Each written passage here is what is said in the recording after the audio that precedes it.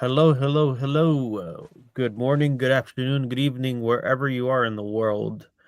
We're coming at you live from this disembodied virtual studio.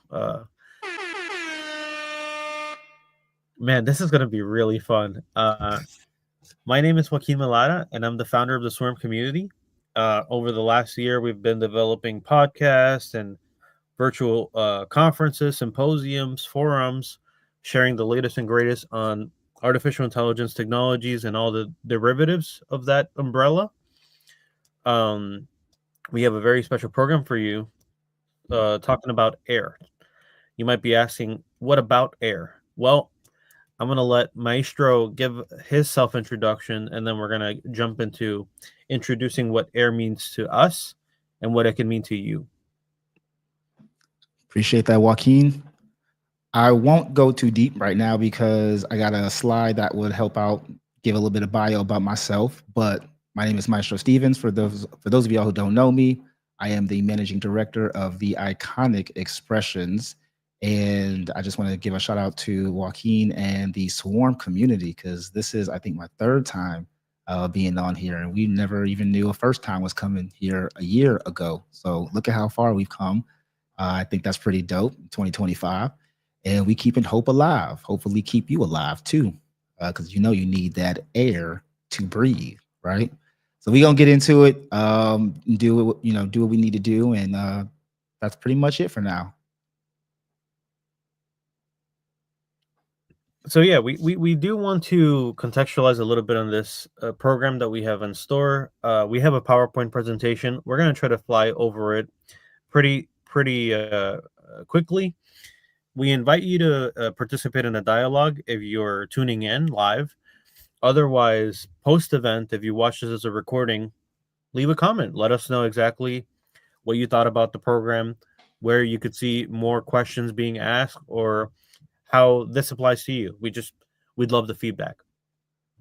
So to get started, Maestro, would you like me to share your presentation? Let's do it. All right, you Let's, are visible. all right, all right. Perfect. So, for those of y'all who have never heard of this concept, because this is the first time you've heard of this concept,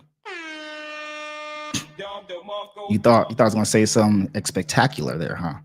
Well, the air framework is something that I wanted to bring to you all's attention as a way to think about AI as a metaphor for oxygen.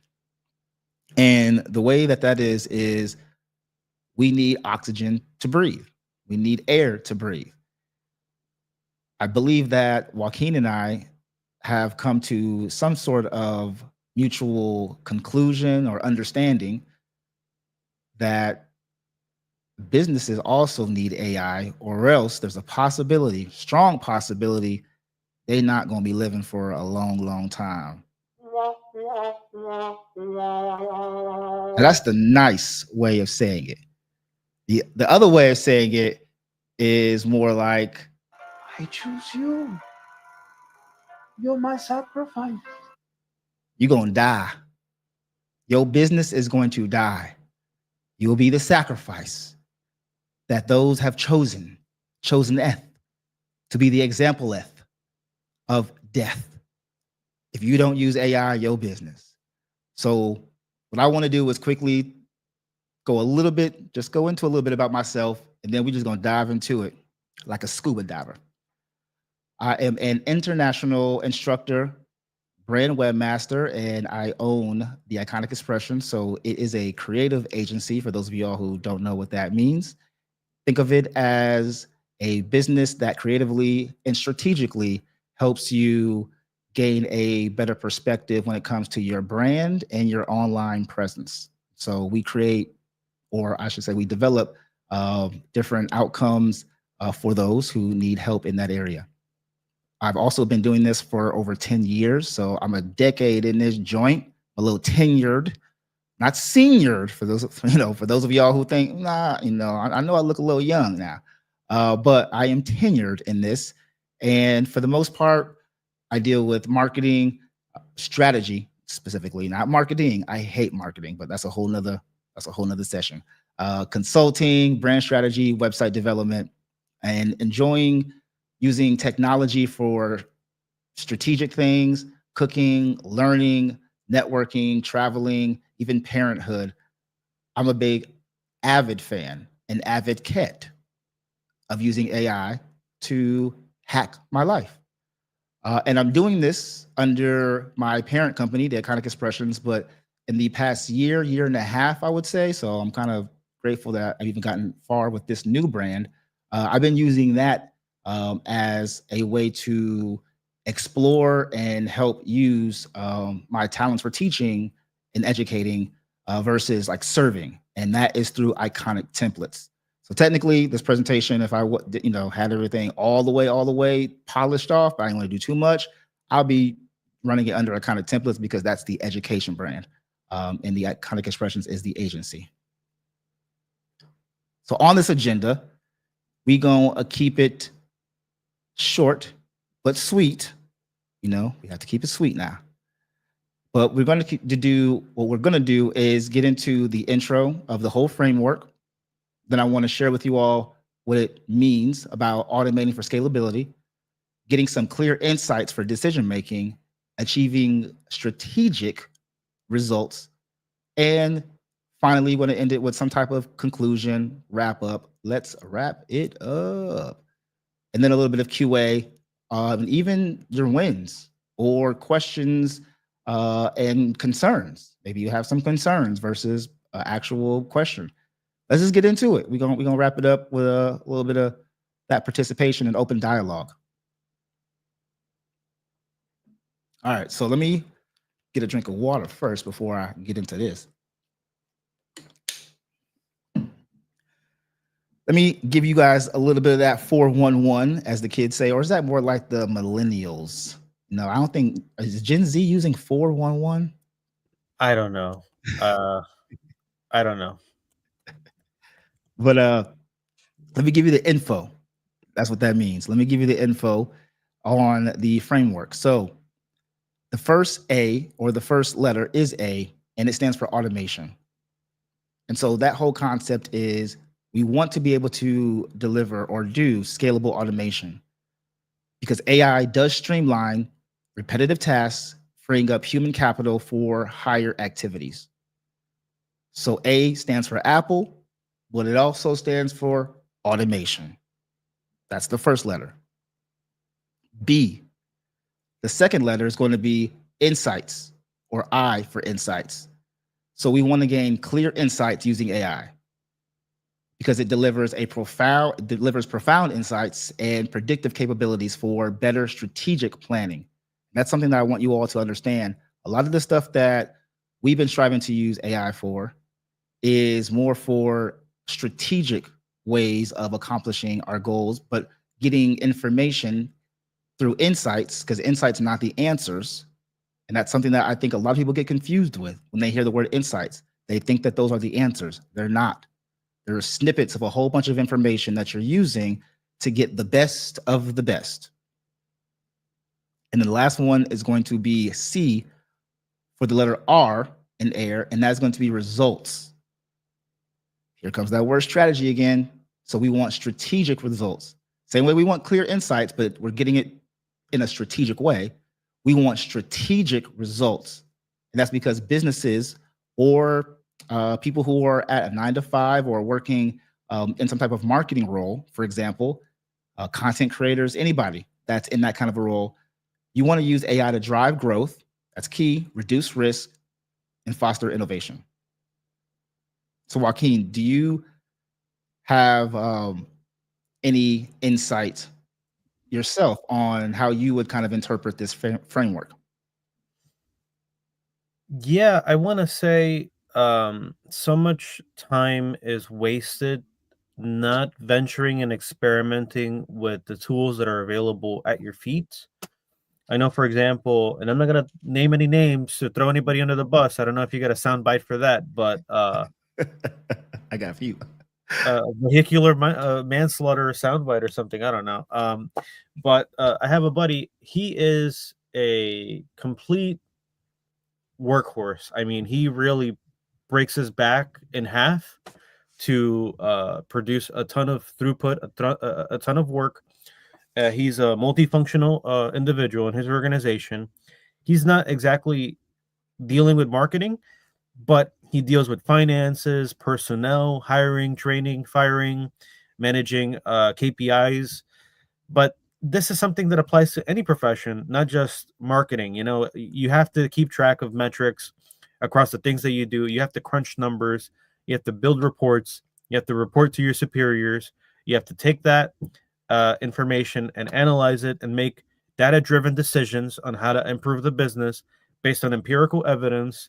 And then you go and you implement it. You put that in your backlog of tasks to do, and you see, does that grow the business? Does that hurt the business?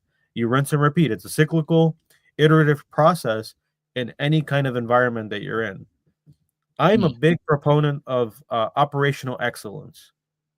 I strongly believe you need to know what the hell you're talking about, what the hell you're thinking through before you start to execute or put bodies on seats to do tasks that may not have something to do with an overarching vision or an absolute smart goal, specific, measurable, attainable, relevant, and timely. So just being able to understand, people, process, technology in that order, you can really attain a ton of productivity growth if you're able to incorporate AI in very specific junctures of your process and have your people be competent in that technology as well, because that's just a start. Once they get their hands on this and they have more time to actually experiment and be more creative, that's where it's a snowball effect of productivity. Absolutely. I completely agree with that. It becomes a slippery slope too at times. But you made a lot. I like that. I like the term that you used. Was it called operational excellence, or was it something? Do it right, do it efficiently. Well, first comes effectiveness. You got to do it right. Once you gain competency, you gain confidence, then you can start to do it a little faster, a little bit more efficiently. And once you completely dominate a routine, a task execution in a very narrow scope, now you can build your standard operating procedure. Now you can start automating because you have complete confidence. This is part of your value chain. This is part of your things to do. I actually got some examples for that today. Yeah. You can't automate without knowing what you want to do. You can't automate without knowing exactly how to derive the desired effect in your target audience or your area of expertise, whether it's emails, social media campaigns, whatever, webinars, right? You can't automate the human knowledge, the business acumen out of the equation. You can only augment it, human-centered. That's interesting. Augmenting. Well, let's just say today we want to help augment people's perspective, on a lot of this information and make it even more palatable and practical at the same time. So that way we can create or be operationally excellent. And kind of piggybacking off of what you were saying, let's start off with one of the first ways, automating for scalability. We hear this term scaling often. I think a lot of people don't use it correctly, but we still hear it nonetheless. And one of the biggest things that you had said that connected directly to this particular slide that came right after the previous one was when it came to generating some type of templating your process. And that's something that AI totally does for people. It can do it for you. It does it for us. It can do it for yourself, whomever is watching, and doing that in a way where you are creating a repeatable or a reoccurring task in a framework, a method, a tool, technology, Joaquin, he mentioned technology, whatever it is, in a way that you can use that and do it over and over and over and over and over again. For this particular, we'll say, demonstration and the way that we're framing things, that's what we mean. And that's what I'm referring to when I'm mentioning automating, because there's some other ways, and I'm going to show you that I didn't want to get deep into, but I wanted to show you that these are some, we'll say, next level ways of automating, but just giving you all this simplistic. I know this to some people is simple, and to other people, this could be new. So I don't want to, alienate anybody, but we want to give it to you in a simplistic way. And templating a process is huge. AI automation definitely enables businesses to scale operationally efficient. In doing so, an example is just templating your tasks, whether you're creating actual virtual templates to use to build a website, for example, or to package things up, or you just have some type of templates as your documents. They could be your prompts. That's a template itself. Write a prompt, put it in a document. I'm sure a lot of people have heard of prompt guides or work guides. Those are templates in themselves when you put it inside of an AI. So automating for scalability, templating your tasks and processes is huge. That's huge, y'all. Just want to let y'all know. And then we have documenting. I just said that. Documenting your prompts. The next one is going to be creating some type of bot. And this is another way that you can think about automation when it comes to using AI for scale, creating a bot. This example is from Perplexity. This is a Perplexity custom bot. They call it a space. And so what you would do is you would use this as a way to template a process. You can add files to it. You can even add links to it. You can't do that with all tools, but some tools have their nuances. You know what I'm saying? Everybody got their own thing. But some tools have the different ways of doing things. You'll see the patterns in them.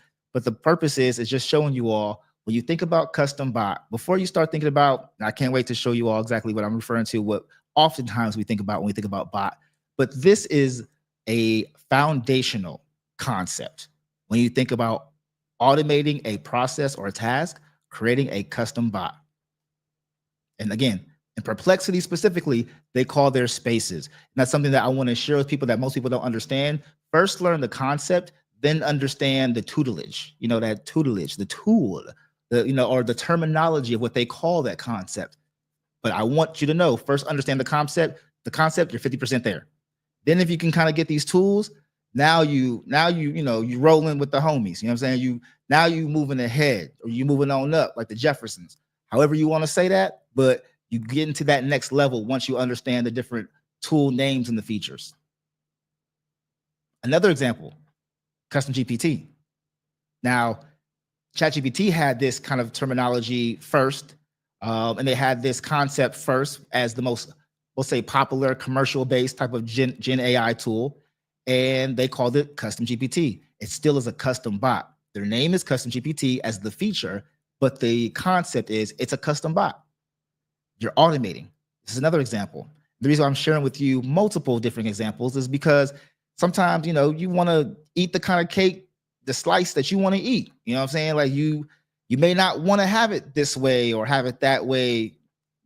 I almost start singing the Burger King theme song, have it your way. But you may want to have it a different way. You know what I'm saying? So this ain't McDonald's, Burger King. Either way, if you want to use a different tool, use a different tool.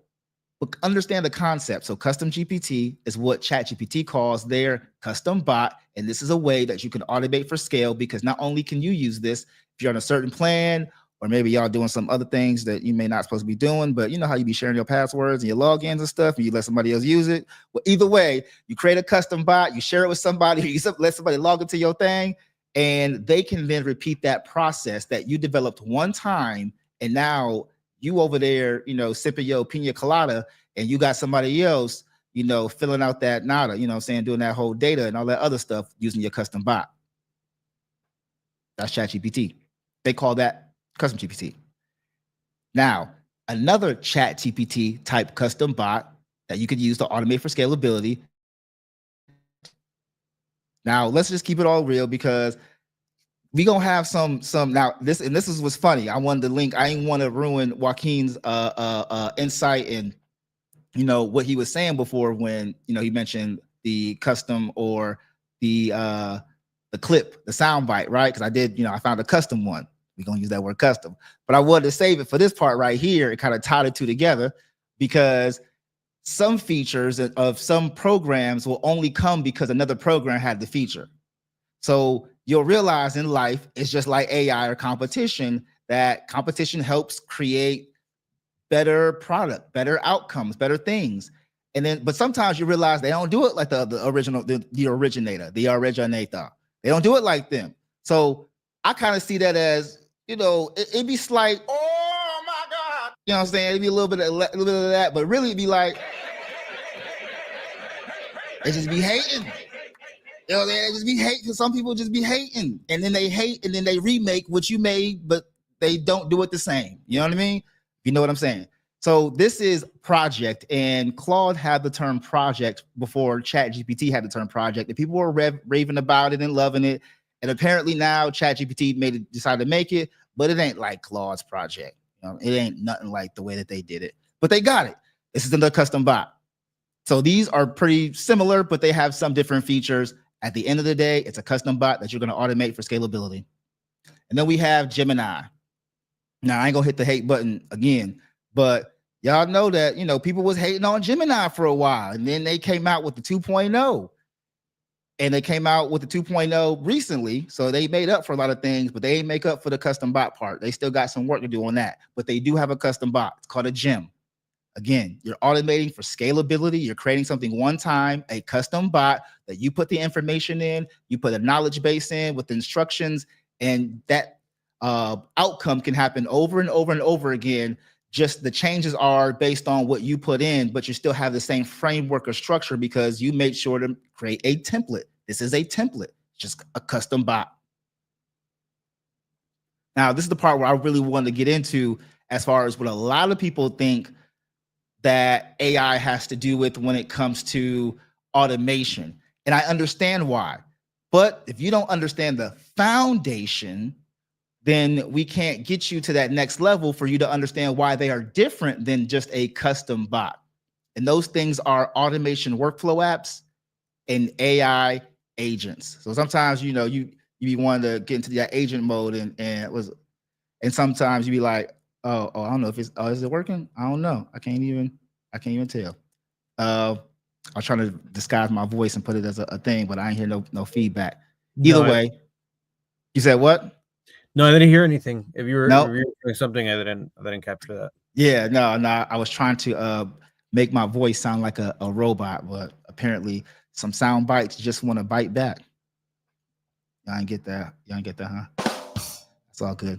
Either way, the automation workflow apps and the AI agents are what people think about when it comes to automating for scalability. And I'm just here to say, yes, they are technically.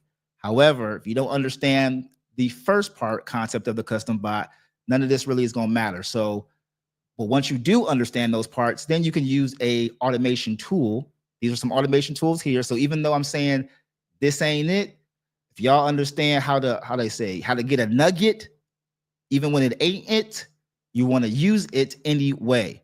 So if you don't know about these apps, you better learn about them. Pick one. You can use it to make some automation, but first understand the custom bot, because that's the easiest way. Then you can start using these, mix it with some AI, blend that joint in. Now you have an automation workflow. That's AI. You have an AI automation workflow. And then the other one is going to be agents. People often get the concept agent mixed up with an automation workflow, and they're not the same thing. Now, I'm not here to teach y'all what an AI agent is, because we ain't got time for that. You know what I'm saying? What she say? I gotta get my girl for this one. Oh man, what she say? You ain't got to lie, Craig. You ain't got to lie. And I'm not gonna lie to y'all. And ain't nobody got time for that. We ain't got time for it either. But either way, an AI agent, I just want to let y'all know it's not what you think it is unless you look it up and you know what it is, because they're more autonomous than you think so, even though people are selling the concept of these automation workflows as AI agents, and that's not what it is. Some of the people is kind of wrong for doing that, but it's all good. However, now that we are here, I wish I could play this for you. I want to play this for you, but the sound part, it kind of defeats the purpose. Now, the other examples that I have today, I can play those because the sound doesn't need to be heard. You just need to be able to see what we're talking about. But if you can use YouTube, I say if you can use YouTube. Listen, if you don't know how to use YouTube by now, then this whole presentation is pretty much null and void. You got some other, with Lucy, you got some explaining to do. You got some things to work on. But if you got YouTube, check out Meet the New Alexa. You will be blown away. The reason why I'm sharing this is because this probably is one of the best voice AI agents. So Alexa just got an upgrade with AI, and you can tell it to book you a flight. You can tell it to get a car. Rent you a car from the thing, to make reservations.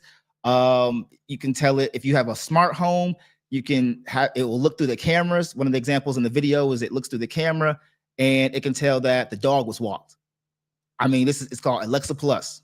It's the new Alexa, just dropped today. I just saw it today. So I'm giving y'all some news, some crazy news. This is a voice AI agent, mainly because it's autonomous in many ways and it's connected to apps.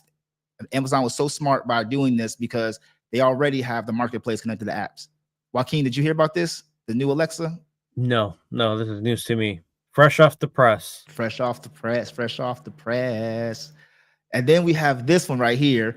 This is called Helix. So this is another example of an AI agent. So you know how I want to show y'all the do's, I want to show y'all the don'ts, but I also want to show y'all the crazy future that we're in. And the ironic part, but it's not too ironic. And I don't have a sound clip for it, so I'm gonna have to do my best impersonation. But here's the crazy part, that we are getting closer and closer to that end game. You know what I'm saying? For all these advancements that we're doing, we're getting closer and closer to that end game. And you got to think about what we said before. AI is like air. It is air basically for your business. And if you don't have it, you're going to die. Well, think about this part, think about Terminator and we Arnold Schwarzenegger's character. And we saying, listen, come with me if you want to live. That's what you got to do. Because we getting there. But let me show y'all. Let me see if I can't play it on here. Oh, I think you know what? I can play it on. I'm gonna do it on YouTube. Can you see my new screen? Yep, visible. All right. Let me turn this down because it ain't gonna play anyway. So basically, the concept is I'm gonna play it on fast mode here. So here's the thing. I watch everything on fast mode. I don't know about y'all, but if it's not on 2.5 or 1.5, it's slow for me. Like my brain just processes so differently. But the concept here is that these robots, he's explaining to, matter of fact, that's weak. They don't even got the closed captions. Now, that's kind of weird that they won't have the closed captions. But he gave these robots instructions. He said, I want you to put these items away, and I want you to help each other put them away. So these robots are communicating right now as they're putting things away. That's autonomous. He gave them a simple instructions. Now they have to figure it out on their own. And based on what one does and the other one does, it changes the outcome of what the other one does. There's nothing pre-programmed that has this happening right now as we see it. This is just live in real time. So if somebody moved the apple, they would adjust to the apple being moved. This is a robot AI agent. So we are getting closer, y'all, to there, because all it takes is some of these new AI, let's say a year or two from now, where these things are really thinking and they're autonomous like this. Oh man, that's crazy. But yeah, I wanted y'all to see that real quick. That's the future. We ain't talk about that when we say automation for scale. That's like automation for domination right there. But let's get into clear insights for decision making. So when it comes to making decisions, as I had said before, it's not about thinking about insights as the answers. Insights give you the best chance to get to the answers because it's taking a lot of information and saying this is the most important information that's going to help you make a decision. Think about the 80-20 rule.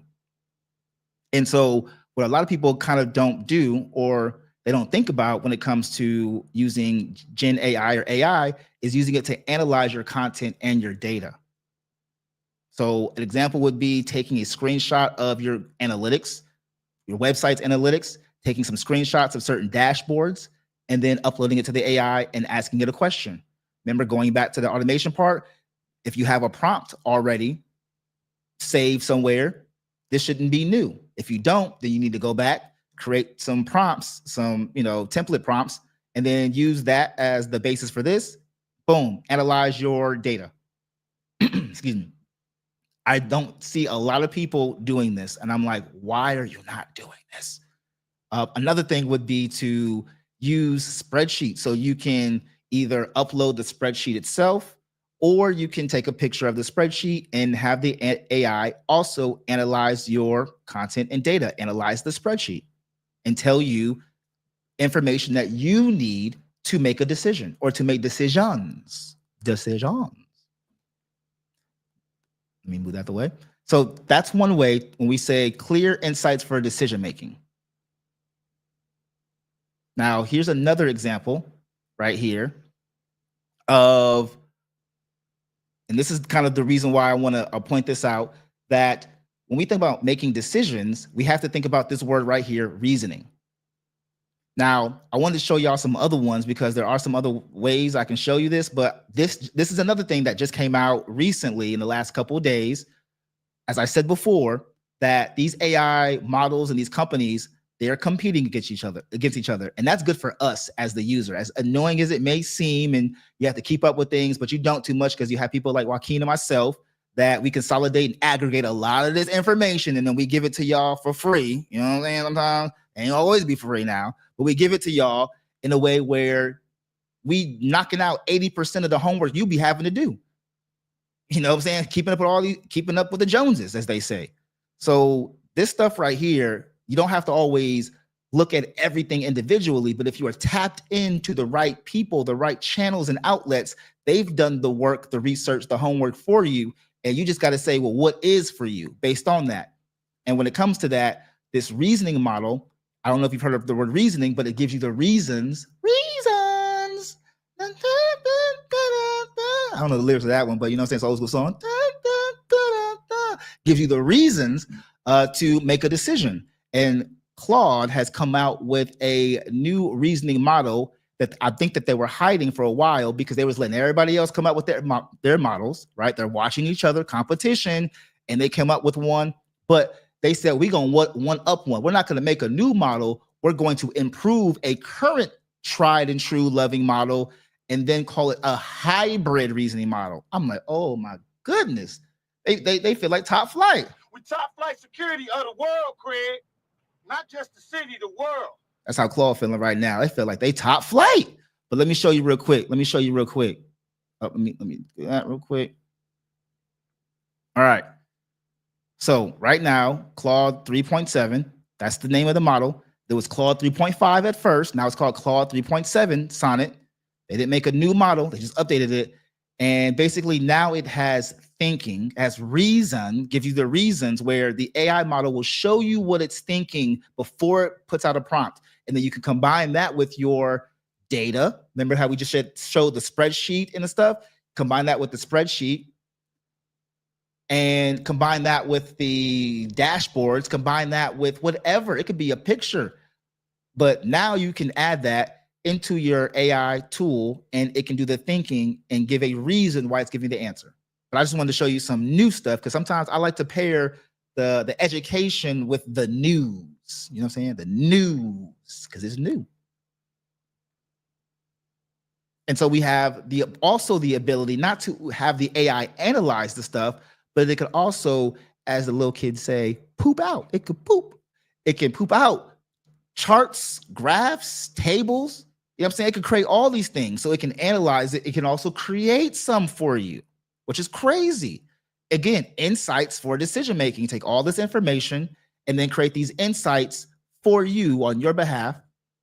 And one way to do that, because at first I was like, I can show y'all this in ChatGPT. I can show y'all this in Gemini. I can show you this in the AI tool that is like the more popular AI tools, but this is a new one that is more of a special use case. So some AI tools are general based. I'm not going to get too deep into the terms, but just think of it as there's some ones that are the Swiss Army knife. That's a ChatGPT, a Gemini, and Perplexity. It does multiple things. And then there's some that are specialized, like they're made to do kind of this one or two things and do that very well. That's what Napkin is. So Napkin has been out for a while now, but if you haven't heard of it, it specializes in creating these different type of visuals like graphs, charts, all types of stuff. All types of stuff. Like you see all this? So you just give it a text, it can create basically what you see right here. Graphs and charts. Joaquin, I believe you used a napkin, right? Before? No, sir. Mm. No, this is news to me. Oh, I love it. And hey, y'all, he ain't lying too. Like some of y'all probably like, man, this can't be news to him. They be talking and stuff. Well, what did we always say? We said you ain't got to lie. You ain't got to lie, Craig. You ain't got to lie. Just replace Craig with Joaquin. He ain't got to lie. He ain't got to lie to y'all. All right. Now we have clear insights for decision making when it comes to research, right? That deep research, that boom, boom, boom, boom, boom, boom, when it's deep in your heart. My heart is deep in your heart. And you see right here multiple different images, but you kind of see the same word being repeated over and over and over again. You see what that word is? Deep research, deep research, deep research. Well, if you've seen it 3 times, it must be something. Got to be something to this thing. Why do you keep seeing deep research now on these AI prompt, we'll say UIs? UIs, like UIs? UIs, not my eyes, UIs. Or you are wise, UIs. That would be like the Ebonics way of saying that. But you see the deep research, and you're probably wondering, well, what is that? Like, why is that there? That's got to be something to that. Like, why would they all have it? That's interesting. Well, now they have this feature in these AI tools where it will do the research for you. It'll go and scour the web, scrape the web, review the web, and create this kind of report-like style output. Now, yes, you could have done that technically with the search and or some of the other models that didn't have search like Claude, but it wasn't the same thing. And I'm telling you this from a person who, this is what I do for a living. So there's a, part of me is a little sad, like a little hurt. I'm a little butt hurt. Because I used to do this, and it took me a long time to do. It took me days. It took me months. Sometimes it took me a year. And now you can do it in 3 to 5 minutes or 10 minutes. Yes, you can do it in a few minutes. So I have a love and hate relationship with this joint. I'm kind of, yeah, this is me right now. Yeah, that's me. But at the same time, I love it because you best believe I'm about to be using this feature right now. ChatGPT has the best version of it, but for the most part, it gives you a beautiful. Oh, here's another thing that y'all didn't know. I just learned this too. ChatGPT only had it for their $200 plan up until yesterday. Yes, you heard it first. More news. Up until yesterday, you had to pay $200 to get access to their deep research functionality feature that is the best on the market right now. As of yesterday, they changed it to the $20 plan, to the Pro, to the Plus. So you can get it right now as of yesterday, and you get 10 of these bad boys per month. You get 100 on the Pro, but hey, that's $200 a month. You know what I'm saying? You get 10 of these a month. And this is kind of what they look like here. So you see that for ChatGPT, it'll show you the activity. It'll show you the reason. So it's combined reasoning with internet search and then creating a long report. I'm talking about this report, the ChatGPT one. Man, it's crazy. It's crazy. Let me show y'all real quick what that looks like. So this is an example of, I believe she has to do deep research. I want you to do like, she has do deep research on some deep stuff. I'm just playing, but she's some type of executive, and she needs to do this like crazy task or project, right? Let's see if it gives the closed captions for this one. Okay, see, at least this one gives the closed captions. So she's doing some deep research right now. It's basically showing you example. And when I say this joint is long, I'm talking about this gives you thousands of word, like 2, 3, 4, 5, almost, I believe I saw one with 8,000 words of like great. When I say great, it's about great output for a research paper, full-fledged research paper, all done for you. and it takes anywhere from 5 to 30 minutes. Look at that. And it goes on and on and on and on. And it can take anywhere from 5 to 30 minutes. So in this instance, you're not looking to get speedy results. You're not looking to go fast like the other models do. This one's going to take its time. Like, you know, them old ladies that they be in front of you when you at the store, or you be trying to get some food, and they just be taking their time. It's going to take its time. This in that situation is okay. It's going to take its time. So that's something that I want you all to think about when we talk about insights for decision making, is doing deep research. Now, last but not least, we have results. And when we talk about results in air, throw your hands in the air, air, air. We talk about results in this situation. We're talking about creating results that drive growth and promote sustainability.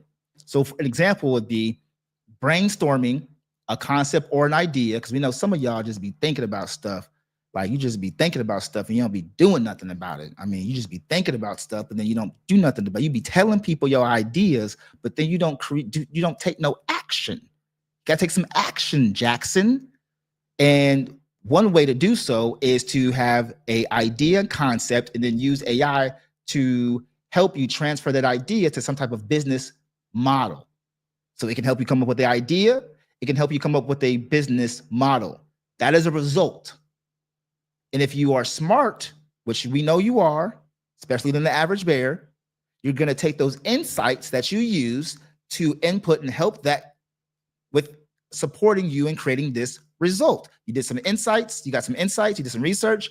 Now you can create some final results.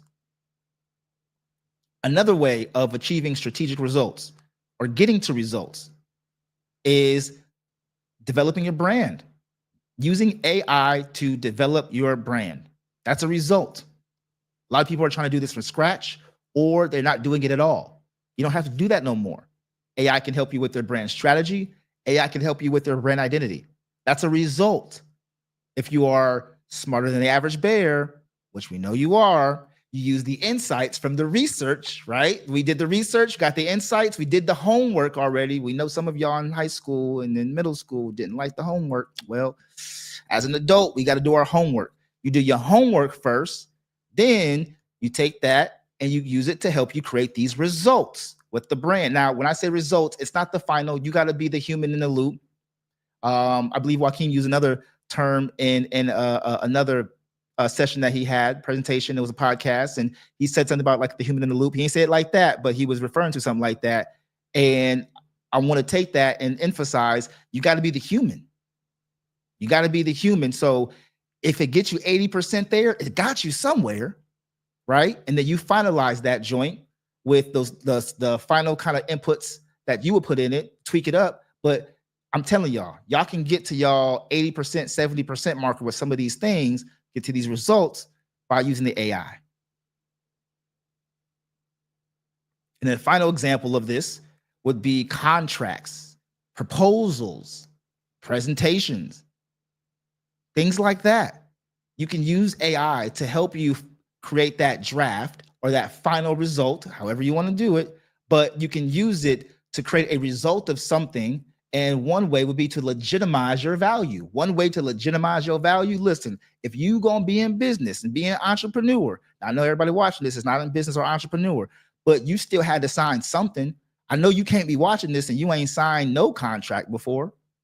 So imagine creating contracts, and then you can create a contract with AI, and then you can give that to somebody to review. Somebody like a lawyer will be an example. Or you can just trust the AI. You know, maybe you don't use the lawyer. You lawyer, you review it, right? You can do that. Either way, that's a result. All the homework that you've done, you created this template with the automation phase or stage. You created this kind of like thing that you can repeat over and over again. Boom. You got some insights. You got some research in there. You got some things to analyze some things. You did the analyzing. You did analyzation, right? And then you use that as the supporting foundation of information, right? Now it's even thicker in a good way. You know what I'm saying? It's even thicker. Or you can say it's even more strategic. It is strategic because a lot of y'all just be doing stuff and they calling it strategy. That's why I can't stand marketing, because everybody thinks they marketing. Barely anybody be branding because most people don't understand what branding is. But I think of branding as sticky. It's sticky. Marketing ain't sticky. You throwing spaghetti on the wall, hoping that it sticks. Branding is about the stickiness of your essence. That's what it is. And when that essence sticks, you don't got to do a lot of marketing. People will market for you. But again, that's a whole nother conversation for a whole nother day. Either way, achieving strategic results is what you want to do to legitimize your brand. So I just want to show you a real quick walkthrough, and then we're going to close it out. Because I was like, should I just show the examples at the end? But I want to put the examples in between so I can like make it fresh on your minds with, because we fresh as air. But we wanted to put the examples right in between. And then what I want to do is, let me unshare my screen real quick, Joaquin, and then I'm gonna reshare so I can show, because I know I'm only showing this window. Yeah, I took the screen off right now. I'll interject for a little bit while you're doing that shuffle. I want to say, whatever it is that you use generative AI for, you are completely responsible for your own actions. You have to verify, irrespective of what it is that you're trying to do. And anytime that you try to abstract out of the equation a professional that has been trained, that is licensed to do these sorts of things, you are at the hands of your own results, at your own homework, at your own preparation. Contract specifically, out of the goodness of trying to develop something, it is incredibly beneficial to be able to scaffold ideas using generative AI and AI at large. But getting a final verification checkpoint with a lawyer is incredibly important, just to make sure it's watertight. There's no loopholes. There's no ways to tear it down or address conditions that would otherwise render it inert or unenforceable. That's the con that comes with developing your own material sometimes. But I just wanted to add that bit because that was good. That was good. I'll give you some. You need to do exactly what he said. I mean, listen, he broke it down better than I did. That's exactly it. Like, you're responsible at the end of the day. So your screen is visible now. I put it back on stage. Oh, yep. Okay. Can you see the interface right now? Yes, sir. Okay. All right. Okay. Cool. All right. Well, just real quick, when we think about some of these tools, let's just map it all the way together real quick. So I wanted to show y'all here in the actual tools themselves. You choose what you want to choose, but we have here the interface, as we can see. And then when I scroll down, we have the reasoning. So you see how we have the reasoning model right here. It directly says reasoning. So this would be a lot more useful when you're getting to the insights aspect of things. The people will try to get some reasoning out of their regular model, their standard model, the 4.0. But I'm just letting you know, they literally try to help you out a little bit sometimes with their little blurb that they'll add. They don't always do this, but they try to a little bit by letting you know what the model is best at. The purpose of me showing you this is, I think, where people really be losing that, because at first I used to teach, and I would advocate for just teaching people, keeping it super simple, only telling people only use one. I don't do that no more. Nah, no, you may only need to pay for one, but you need to use the best thing or best model for the job. Yep. If you can't do that, guess what? You're gonna get lost. You're gonna get behind. There's no more excuses, y'all, because the AI is doing so much work anyway. Now, this is where I know a lot of people are probably gonna get a little butt hurt, feel a little something. And I will say, hey, I'm sorry. I'd rather be polarizing. No, I'm not sorry, but I'd rather be polarizing than be indifferent. That's the worst thing a person can be, is indifferent about you. You don't like it, you don't like it. But I'm giving you some tough love with the truth serum. You got to use the best model for the job, or you're hurting your business. You're hurting your task. You're hurting your company. You're hurting your colleagues. You're hurting your teammates. You're hurting whatever you're hurting because you're not using the best model for the job. Now, why would I say that? Why am I saying you're hurting? Because the more you have to repeat a task, the less efficient it gets. So now you're just wasting your time because you have to keep repeating re-asking, restating, reminding, all types of stuff because you just don't want to use the best model for the job. That's selfish. Now, you don't have to be selfish with your dollar. Like I said, that $20, just put it in one because the other, you can use the other free versions of the other ones, right? But the results that you're going to get, the output does matter on the model. So reasoning, I would use that when you need it. If you don't need it, go back to what they would call, whatever tool would call the standard model. We have deep research right here. Look at that. It says, get detailed insights on any topic. What's the key word it says there? Insights. It says it right there. Can't make this up, even if I tried. And I didn't even know that they showed this until today when I checked it. I was like, oh, that's kind of interesting. Y'all would think that I took that from that. No, I didn't. But that's the reason why I love AI, because it matches my membrane. Insane in the membrane. It matches my head. My head has always been a reasoning. I was the kid that was like, mommy, but why? Mommy, but why? Mommy, but why? Daddy, but why? That was me.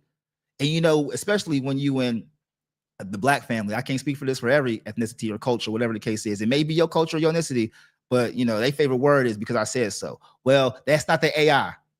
That's why I like being an adult with this stuff, because the answer is not because I said so. I want to know why.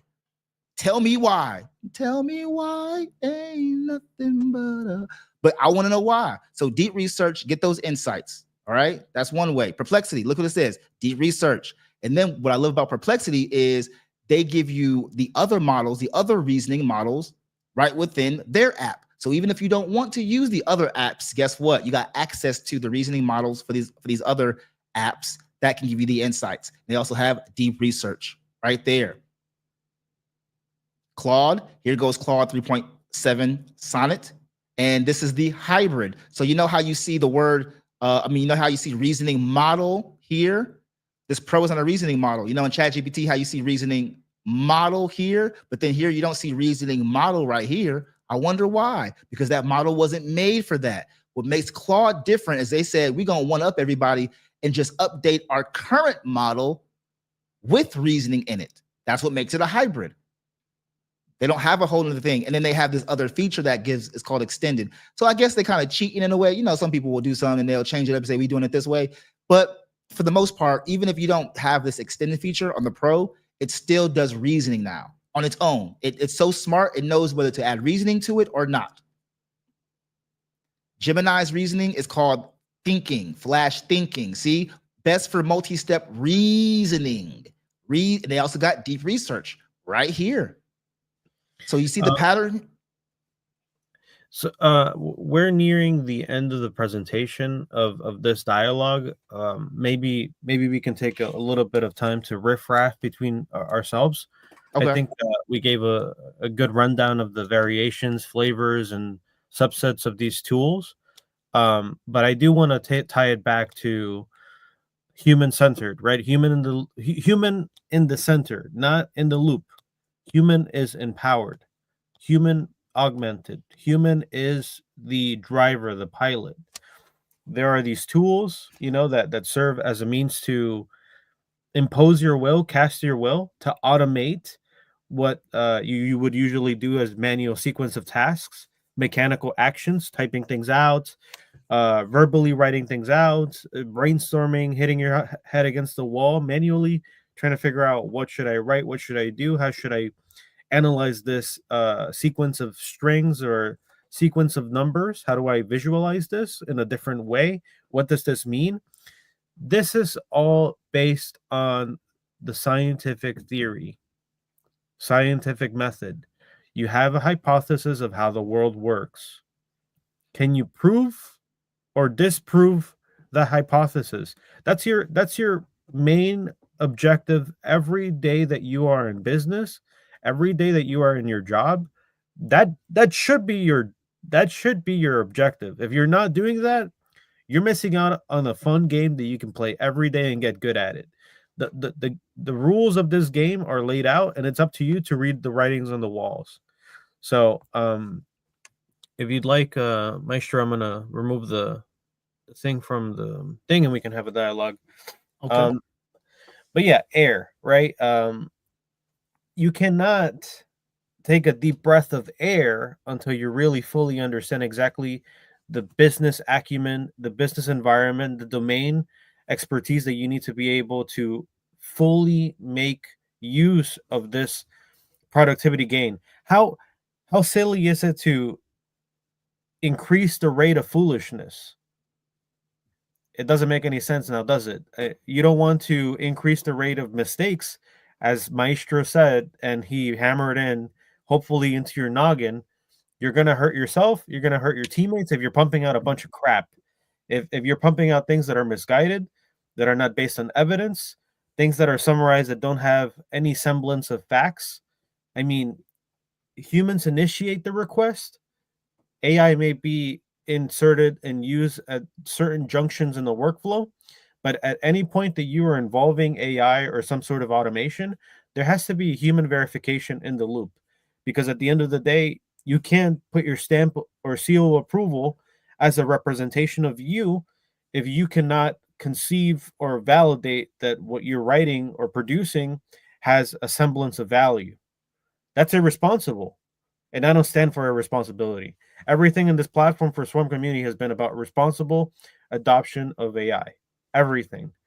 I just haven't been as verbal as I will be this year, but yeah, I mean, what do you want to do? Do you want to sell popsicle sticks? You know, last year or 2 years ago, what was it?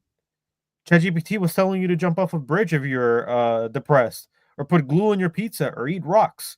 You know, so yes, this is the base level where we're at, and things are only improving. Like now, it's incredibly impressive, Maestro. The deep research, I'm butthurt as well, as you were saying. You know, I would spend hours, days doing competitive analysis, copying, pasting, copying, pasting, copying, pasting URLs through like 15 or 20 different competitor websites. Oh, what colors do they use for their primary brand? What language or messaging do they use to describe their products? How do you price? What are their pricing strategies? I mean, this was a hellhole. Now you could web scrape and take all this mumble jump text and make sense out of it very rapidly. But you have to know exactly what you want to achieve. You have to conceive it before you produce it, or cast your intention into the tool. That's I don't want to be a Debbie Downer, but you know, in order for you to fully take advantage of this breath of fresh air, you have to have a plan of action written down, documented. And if you can't train an intern to take over your job, if you can't train somebody to do the job function that you're fulfilling right now, maybe it's not time to start automating. Maybe it's time to just start gaining insight from the things that you're already doing. Maybe it's time to see if you can improve incrementally your results and improve the quality of your work. And then once you gain confidence and everybody's patting you on the back and saying, "Whoa, what's your secret, man? Are you eating some like magical hot sauce that's giving you super fast fingers to type all the stuff out?"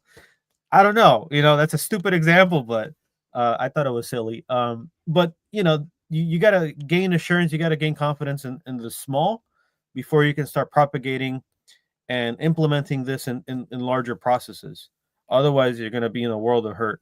There's been doctors, there's been lawyers, there's been all sorts of professionals that deal with intellectual property that have used AI, or better said, misused AI to fabricate ideas, fabricate documents that have no semblance of reality. It just sounds about right. Fuck it, I'm gonna bill my client for more work. I can take on all the clients because I got ChatGPT to back me up. Yeah, you're gonna be in a world of hurt, and there's gonna be litigation against you for law malpractice or medical malpractice. You have to be keyed on the facts, the evidence, and you have to follow due procedure, due diligence, and verify every step of the way. Vash, I see you. Thank you very much for tuning in. One of my practices that I follow is whatever the final take of AI's response is for me, I will print it out and go over it with a highlighter and pen. That's one way of how I stay responsible. I love that. I mean, yeah. Personally, my workflow, whenever I develop anything that's a creative expression or something that is trying to educate in a particular way, I write it old school. You know, I use pen and paper, like an old man because I should have been born in 1800s, and been part of the gold rush or whatever. But I write everything in pen and paper. I type it out, and only at certain junctures do I use AI to refine the grammatical structure or maybe condense it. Because sometimes I say some weird, wacky stuff that is like 3 sentences that repeat the same message. To keep things crisp, sometimes that's when it comes in handy. Or even if you want to scaffold, right? Like if you want to brainstorm some jumping off points, jumping off pads, I see that as valuable. But just because AIR is aligned with automation insights and results doesn't mean that that's the sequence of where you should begin to implement the AIR framework in your business. It all depends on how mature your processes are. So let me get off my soapbox. And Maestro, what do you think? I agree. It's a cyclical. That's a good way to wrap it up and to bring it home as far as the last part you said. And depending on what part, where you are in your journey or where you are on a particular scenario, you may start at a different, say, stage, which would be a different letter in the acronym. But yeah, that I would agree with you. I mean, I couldn't have said it better. That's good. So with that, ladies and germs, we are going to conclude the first webinar on AIR. Maestro, do you have any parting words for these lovely people? Well, I would say that the way that you mentioned the scaffolding and being still kind of being both the center or human in the center and being the human in the loop part and just giving people a quick in comparison to really how deep this all this information can go, but giving you all a kind of a quick look or a quick way of thinking about it.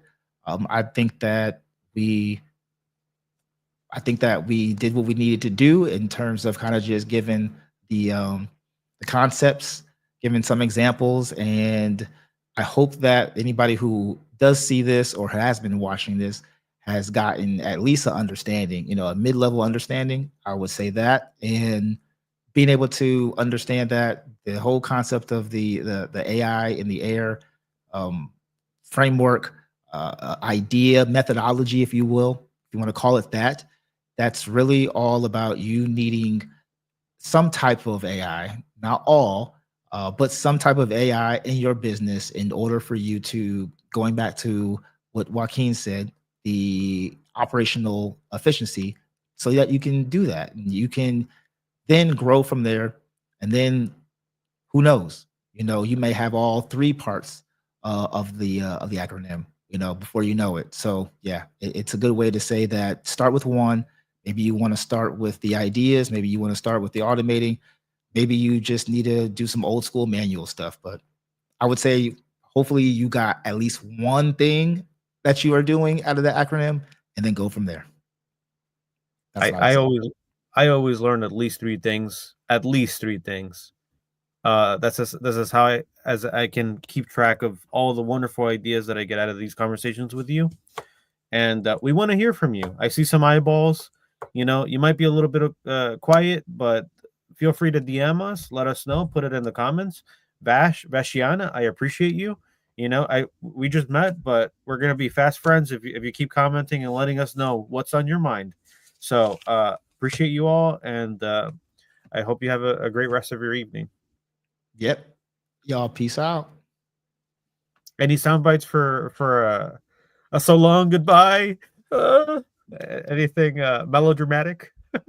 I try not to listen. I try not to put those in it, saying, but nah, I don't. I'll just go back to the you said some empowering things, so I'll leave it off with this. Sometimes you just gotta now you got the empower. Leave it with the power. Hopefully leave in the power. All right. Peace out, guys.